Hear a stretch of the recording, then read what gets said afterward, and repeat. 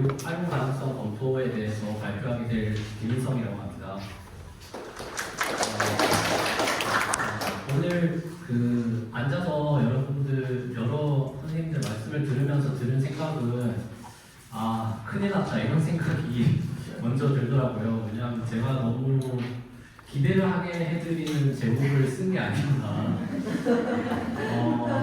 고민하신 분들이 많이 계신데 저는 엄청난 걸 한 건 아니고요. 그냥 챗 GPT라는 어떻게 보면 뭐 친구를 만나서 친구는 아니고 사실 노예처럼 썼으니까 그래서 이 친구를 좀 강의를 하는데 어떤 도움을 받을 수 있을까 이것저것 여러 가지 질문을 제가 며칠 동안 해보면서 이 부분은 좀 추려가지고 많은 사람들과 나눠보면 좋겠다라고 한 부분들을 가지고 온 것입니다. 그래서 제가 질문을 던졌던 내용들이 많이 미진할 수도 있고 더 좋은 질문들을 프롬프트를 할 수도 있었을 텐데 그런 부분들이 보이시면은 주저하지 말고 말씀해 주시면은 제 공부에 많은 도움이 될 것 같습니다. 우선 순서는 이렇게 진행할 것이고요. 서론에서는 챗GPT에 대해서 제 연구에 함의를 갖는 것 위주로 간단하게 설명을 드리고 그리고 번역 교육이 아니고 일반적 다른 교육학에서 챗GPT에 대해서 어떻게 반응하고 있는지 그걸 간단히 살펴본 뒤에 그런 걸 다 습해서 번역 교육에 적용해보면 어떨까 하는 것을 잠깐 보여드리고요. 그 다음에 제가 이제 프롬프트들을 입력했던 거 번역 교육의 특수적인 프롬프트와 그 답변 내용들을 공유하면서 제가 느꼈던 점, 제가 파악했던 점을 나눔으로써 결론을 도출하도록 하겠습니다. 그리고 이제부터 제시하는 챗GPT 문답 내용은요. 아무래도 학습 데이터가 영어가 절대적이다 보니까 제가 영어로 다 질문을 주고받은 것을 한번 제가 번역을 한 결과물이라는 점 양지해 주시면 감사하겠습니다. 챗GPT 약어는 다들 아시니까 넘어갈게요. 간단히 얘기해서 제가 생각했을 때 챗GPT가 어떤 의미를 갖냐라고 생각하면 뭐 AI 챗봇이고 이전에는 어떤 자료를 찾거나 어떤 원하는 결과를 컴퓨터로부터 얻고자 할 때 굉장히 일반적인 자연어로 물어보는 것이 아니고 컴퓨터 친화적으로 좀 뇌에서 필터링을 거쳐서 질문을 했어야 했잖아요. 뭐 검색어를 할 때 키워드 위주로 한다던가 뭐 조사나 접속사 이런 것들은 다 빼고 한다던가 그런 것이었는데 챗GPT를 이용하면 그런 작업을 일체 할 필요가 없이 그냥 친구에게 물어보듯이 질문을 할 수 있다는 점이 큰 차이다라고 생각을 했습니다. 왜 특별한지 간단하게 두 가지 키워드로만 설명을 드리고 진행을 해보도록 하겠습니다. 우선 다재다능한 것이 굉장히 특징이라고들 많이 이야기를 하고 있는데요. 여기 오른쪽에 이거는 챗GPT를 개발한 회사인 오픈AI에서 보고서를 작성한 내용인데 챗GPT 3.5 대비 GPT-4 버전이 얼마나 다양한 종류의 미국 시험에서 어떤 퍼센타일 그러니까 어느 정도의 석차를 기록했는지 그런 걸 그래프로 나타낸 겁니다. 얼마 전에 기사로 나와서 화제가 됐던 것이 이제 챗GPT가 미국 변호사 시험도 통과한다 이런 내용이 있었는데요. 그게 이제 여기 X축의 Uniform Bar Exam 이거고요. 챗GPT 초록색이 이제 80%와 100% 사이니까 한 90% 정도의 상위 10% 석차를 기록했다 이런 내용이 있습니다. 보시다시피 그 외 다양한 분야에서 챗GPT가 두각을 나타내고 있어서 어떻게 보면 다재다능한 점으로는 뭐 이론의 여지가 없이 뛰어난 능력을 보이고 있다 이렇게 생각하실 수 있겠습니다. 또 창의성에서도 제가 보기로는 좀 재밌는 지점을 보였었는데요. 이거는 제가 장난으로 그냥 AI가 어느 정도 능력을 보여주는지 평가하기 위해서 제가 질문을 하나 던졌습니다. 시를 써보라고 했거든요. 시 주제를 제가 던져줬어요. 중간고사 기간에 벚꽃이 떨어지는 걸 봐야 하면서 시험을 준비해야 하는 학생의 심정을 시로 써줘. 그렇게 하니까 이렇게 잘 가분을 맞춰서 했더라고요. A peasant holding cherry bloom, a student sits lost in gloom. Grief and stress weighs on his mind, but the beauty is hard to be denied. 이런 식으로 굉장히 저보다 훨씬 나은 것 같은 능력을 보여서 제가 칭찬해줬던 기억이 있습니다. 그리고 두 번째 특별한 점은요, 상태 유지 프로토콜이라고 하는 건데요. 프로그래밍 쪽에서는 스테이트포, 아니면은 스테이트레스라고 하는 현상입니다.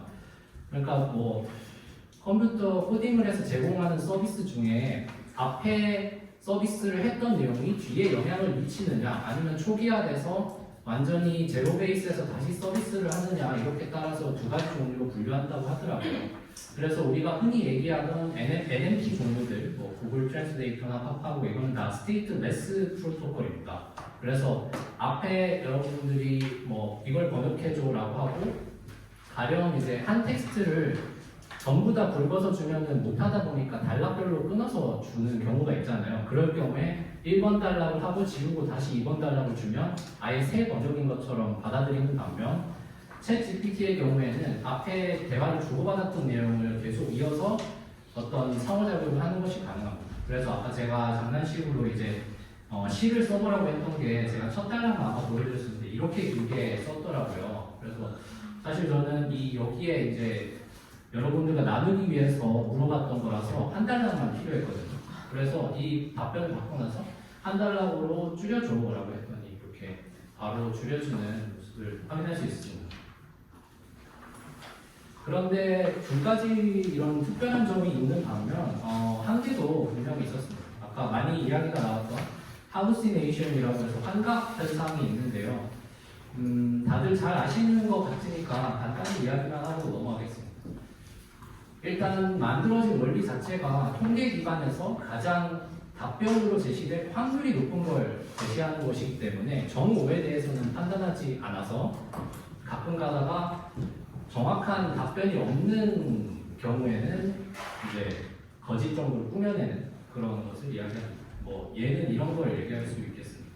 기사에 나왔던 내용인데요.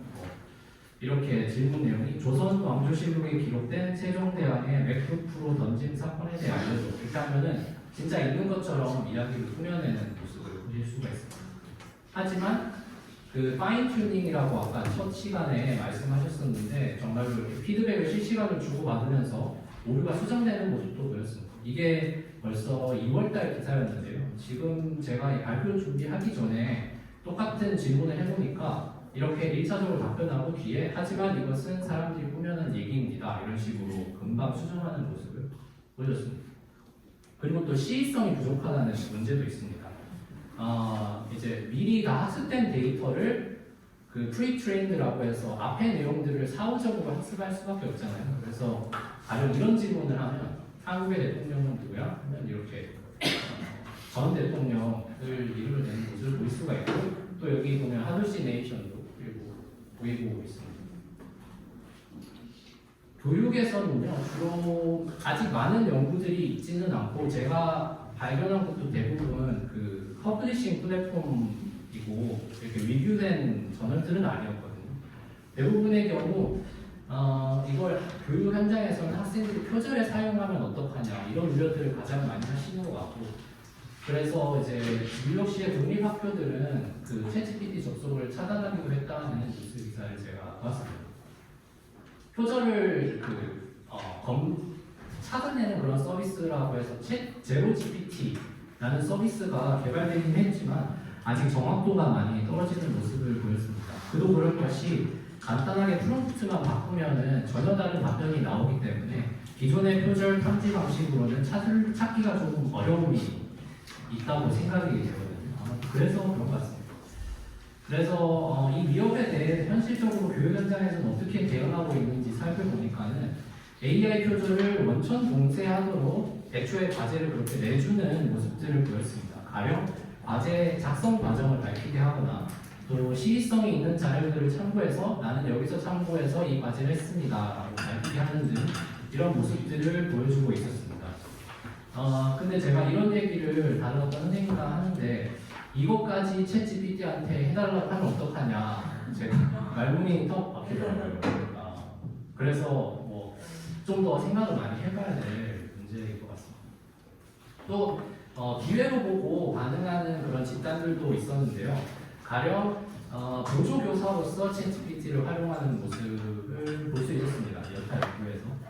그래서 가령 이제 개인별 피드백이 교수자가 학생 숫자가 많은 경우에는 다 주기가 어려우니까 그걸 이제 챗 GPT한테 부탁한다던가 또 학생들이 어떤 학습한 내용을 복습할 수 있게 연습 문제를 필요로 할 때에 챗 GPT가 문제를 만들어 줄 수 있도록 요청하는 그런 활용 방안도 연구가 되고 있었습니다. 그래서 여러 활용하는 방식들을 보니까 주로 챗GPT의 이러한 특징들을 이용해서 좀 활용처를 모색하고 있는 것 같았습니다. 첫째로 이제 지적 노동이 자동화가 가능하다는 점과 속도가 굉장히 빠르고 또 언제나 24시간 이용 가능하다는 점 이런 것들을 잘 활용을 해서 교육의 용처를 찾는 모습들을 확인할 수 있었습니다. 그래서 이러한 조사들을 바탕으로 번역 교육에 어떤 한계를 갖는지 그리고 활용을 해보려면 어떻게 활용을 해볼 수 있는지 제가 좀 챗GPT를 데리고 질문을 해보았는데요. 우선 구체적인 연구 방법을 좀 뿌리기에 앞서 그 다른 교육계에서 했던 방법들을 1차적으로는 모방을 한번 해보았습니다. 그래서 크게 두 가지 학생 번역에 대해서 피드백을 요청하는 개인 피드백 요청 차원에서 한번 활용을 해봤고 그리고 번역 연습 문제를 생성하도록 하는데 좀 활용을 해보았습니다. 보조교사로 활용을 하기 위해서 학생 번역 피드백을 이게 제가 절대로 하기 귀찮아서 그랬던 게 아니고요. 연구 차원에서 순수한 호기심에서 이 ST와 TT를 주고 피드백 네가 줄 거 있으면 한번 줘보겠니? 라고 질문을 해보았습니다. 주기 이전에 제가 이렇게 하이라이트 했던 부분들은 학생 타겟 텍스트인데요. 하이라이트 했던 부분들은 챗GPT의 도움이 아니더라도 제가 여기에 대해서 한번 얘기를 좀 해주면 좋겠다라고 생각했던 부분들입니다. 간단히 짚어드리면은 well-born을 진부한이라고 이 학생은 번역을 해서 진부한의 이제 적절성에 대해서 얘기를 해볼까라고 생각을 했었고요. 그 다음에 unfold랑 닥치가의 등가관계 그리고 what will be the next shoe to drop 이라는 의도적 표현이 있는데 이거를 신발 의도를 그대로 신발이라고 하는 점 이것도 논의해볼 점이라고 생각할 거예요. 그리고 특히나 이제 빨간색으로 제가 표시한 부분은 오역 부분이라서 특히나 볼 필요가 있다고 생각해서 표시를 해놨습니다. 어떤 오역이냐면은 At that time, there were lots of shoes. 그 다음에 콜론하고 Bear Stearns Computerized Financial 이렇게 나열이 되는 부분인데요.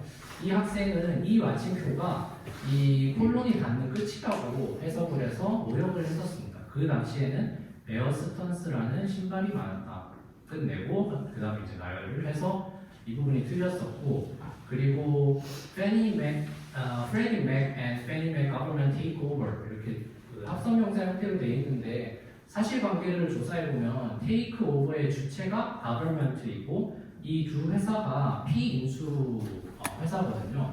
그런데 이 학생의 경우에는 그 주종관계를 오해해서 오역을 한 모습을 볼 수 있어서 이 부분에 대해서 챗GPT가 잘 피드백을 하는지 파악을 하려고 했습니다. 그래서 이렇게 잘 답변을 하더라고요. 좀 더 자연스럽게 개선하기 위해 개선할 점이 몇 개 있다. 하나, 둘, 셋 제시를 하는데 그 틀린 부분도 다 제시를 하고 대안도 제시할 줄 아는 모습을 확인을 했습니다. 그래서 대안도 타겟 텍스트를 하나 자기가 짜내더라고요. 그래서 여기 보니까 틀린 부분 잘 수정을 했고 그 테이크오버의 주종관계 잘못된 것도 잘 수정을 한 모습을 확인할 수 있었습니다. 근데 제가 한 가지 더 궁금해져서 이걸 챗GPT가 알고 한 건지 아니면 그냥 한 건지 살펴보기 위해서 추가 질문을 했는데요. 추가 질문을 하니까 이렇게 왜 그렇게 했는지 잘 설명하는 모습을 확인할 수 있었어요. 제가 시간을 너무 지체한 것 같아서 지금부터는 좀 제 발표 주제를 말씀드리기 위해 좀 빨리빨리 넘어가도록 하겠습니다. 그래서 이런 식으로 1, 2, 3에서 다 설명을 잘 하는 모습을 보였고요. 제가 놀랐던 점은 어휘가 맥락에 따라서 변화하기 마련인데 그런 거를 잘 파악을 하고 그리고 어떻게 파악을 했는지까지 설명을 해주고 있어서 학생에게 도구 설명을 하는 어떤 도구로서 활용하는 게 굉장히 써볼만하다 이런 생각이 들었습니다. 보조교사로 활용하기 위해 또 연습 문제 루틴을 한번 해봤는데요. 등가가 없는 단어가 들어간 영어 텍스트 만들어 주더라고요. 이게 평가도 가능한지 궁금해서 제가 합하고랑 싸움을 시켜봤습니다. 좋은 시도입니다. 이러면서 개선을 할 지점들을 이야기를 하더라고요.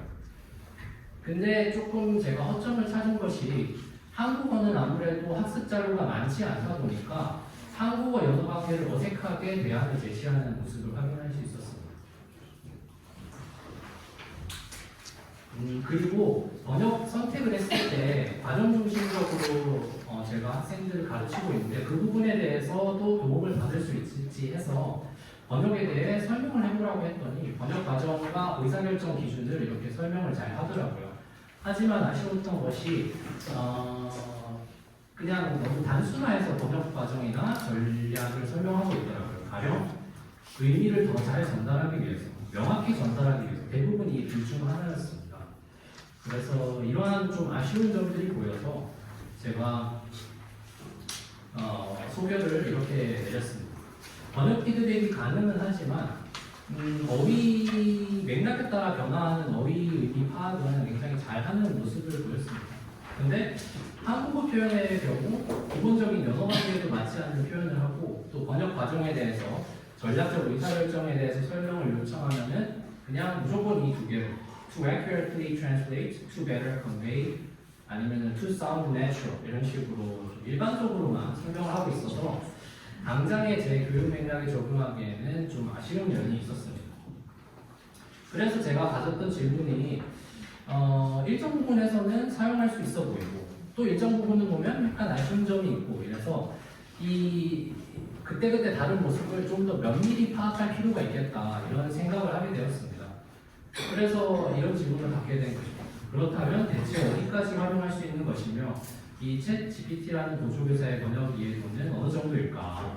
그래서 그 파트의 번역 세부 능력이라는 모델을 그대로 받아들여서 각 세부 능력에 따른 어떤 프롬프트들을 던져보므로 각 세부 능력 챗 GPT의 각 번역 세부 능력을 한번 가늠해보는 그런 연구를 해보았습니다.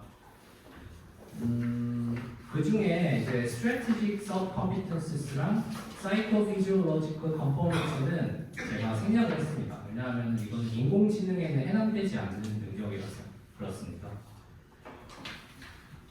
시간이 거의 끝나가는데 간단하게만 말씀을 드리면은 일단 문법적 지식의 경우에는 영어 문법적 지식은 굉장히 뛰어난 것으로 다른 연구에서도 나타났습니다. 하지만 한국어 문법적 지식의 경우에는 일단 관련 연구가 없어서 제가 프롬프트를 해보았는데요. 간단한 비문도 제대로 수정하지 못하는 모습을 보여서 한국어 문법적 지식은 많이 부족하다. 그래서 그 타겟 랭귀지 규범, 한국어 규범에 대해서 학생들에게 도움을 주려면 좀 많이 어렵겠다. 이런 판단을 내렸습니다.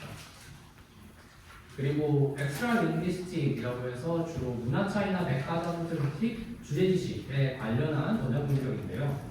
이 부분에 대해서는 위키피디아에 다 기본적으로 생각해서 위키피디아에 있는 내용들은 굉장히 뛰어난 결과를 보여줬습니다. 그래서 이건 번역의 영역이라기보다는 어떤 백과사전적 지식 이런 것들은 답변을 잘 해주는 모습을 확인할 수 있습니다.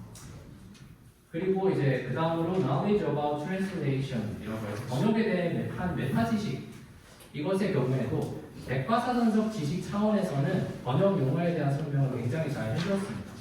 그런데 저는 여기서 더 나아가서 이러한 개념적 용어들을 실제 번역 상황에 적용하는 능력이 있는지 그런 것들을 보려고 했거든요. 그래서 ST를 주고 이 ST가 초래하는 번역 문제를 한번 나름대로 추려봐라고 하니까 technical terms, 기술적 용어와 문화소, 어조랑 문체 차원에서 좀 문제될 소지가 있다 이렇게 잘 파악을 해주는 모습을 보였습니다. 그리고 그 문제들을 해결하려면 어떻게 해야 하냐고 물어보니까 또 이렇게 답변을 잘 하는 모습을 보여줬고요. 하지만 또 아쉬운 점이 한국어는 학습 데이터가 부족하다고 말씀을 드렸잖아요. 그래서 한국어 대안을 좀 제시하는 데는 확실히 많이 부족한 모습을 보였습니다. 하지만 그 한국어 표현 규범 이외에 한국어 TT에 이르기까지 거쳐야 하는 과정들을 설명하는 것은 굉장히 그럴싸했던 것으로 파악을 했습니다. 문화적 지식을 활용하거나 창의성을 활용해야 한다. 원론적 이야기를 하는 데서요. 그리고 instrumental subcompetence는 보조도구 사용 능력인데요. 그러니까 챗GPT가 자기가 갖고 있는 자원 이외에 외부의 자원을 얼마나 잘 활용할 수 있는지 보려고 했습니다. 근데 여기서 hallucination이 심각하게 나타났습니다. 특히나 텍스트 형태로 있지 않아요. 쉽게 말해서 안 긁어지는 자료들 있잖아요. 그런 것들은 hallucination을 거의 열의 9 정도의 비율로 보이는 모습을 확인할 수 있습니다. 가령 이제 PDF 자료라던가 그런 것들. 그리고 찾고자 하는 대상이 없는 경우에도 환각 현상을 보였습니다. 이제 경제기사의 스타일 가이드, 한국어 스타일 가이드가 궁금한데 그런 게 있을까 물어보니까 없는 걸 지원해더라고요. 코리아 이코노믹 데일리를 보시고 펄스 뉴스를 보세요 이렇게 얘기를 하는데 둘 다 검색해보니 없었습니다. 그래서 파악을 한 결과는 요지는 이렇습니다. 엑스트라 링귀스틱 차원에서는 그 챗GPT가 학습한 주제 분야가 방대하기 때문에 충분히 백과사전적 지식을 도움이 받는 데는 활용해 볼 수 있겠다. 다만 바이링구얼 차원에서는 영어 문법 지식은 매우 수준이 높고 맥락에 따라 어휘의 의미가 달라지는 것도 잘 파악을 하지만 한국어의 문법 지식은 조금 문제가 있었습니다. 이거는 데이터 규모의 문제인 것으로 보이기 때문에 시간이 지나면 충분히 개선될 수도 있다고 여겼습니다. 그리고 번역에 대한 지식은 이것도 백과사전적 지식의 연장선에서는 굉장히 답변을 잘하지만 실제 상황에 적용을 하고 한국어 규범에 맞춰서 잘 설명을 하는가에 있어서는 조금 아쉬운 모습을 보였습니다. 그리고 보조도구 사용 능력에서는 아까 말씀드렸다시피 이렇게 제한되어 있는 접근이 제한되어 있는 참고 자료는 환각 현상을 거의 무조건 보이는 모습을 보였습니다. 그래서 교육에 있어서 갖는 함의는 제가 생각했을 때 이렇습니다. 문제점을 포함하고 장단점을 인지한다면 충분히 학생들에게 한번 활용해봐라 라고 이야기해 볼 수 있을 것 같은데요. 그 활용 시 주의해야 할 점이라는 게 결국 우리가 옛날에 막 인터넷 시대, 정보화 시대 이 얘기할 때 나왔던 화두랑 크게 다르지 않은 것 같습니다. 그 말인즉슨 지식의 보유 여부보다는 챗GPT가 더 잘 알고 있으니까요. 비판적 사고, 할루시네이션 결과가 나오면 이게 혹시 잘못되었을 수도 있겠다라고 판단을 해서 검증을 해본다던가 다른 자료들을 찾아본다던가 이런 비판적 사고가 결국에는 중요하다라는 것을 저 나름대로 결론을 내렸습니다. 그리고 무엇을 아는가보다 자기가 모르는 것을 알고 너 자신을 알고 어떤 질문을 해야 하냐 이게 프롬프트 퀄리티에 따라서 얻을 수 있는 답변도 크게 달라졌을 거예요. 그래서 그런 두 가지 어떻게 보면 당연한 이야기 드릴 수 있겠습니다. 연구 한계는 아무래도 연구 성격 자체가 탐색적이다 보니까 신뢰도 차원에서 충분히 문제가 있을 수 있고요. 다만 그냥 좀 토론의 장을 열기 위해서 제가 질의응답을 해봤더니 이러한 모습을 보이더라. 또 이걸 보고 여러분들께서 이런 부분에 대해서도 한번 질문해보면 좋겠다라고 말씀을 해주신다면 좋은 어떤 대화의 시발점이 될 수 있을 것 같습니다. 네, 제 발표는 여기까지입니다.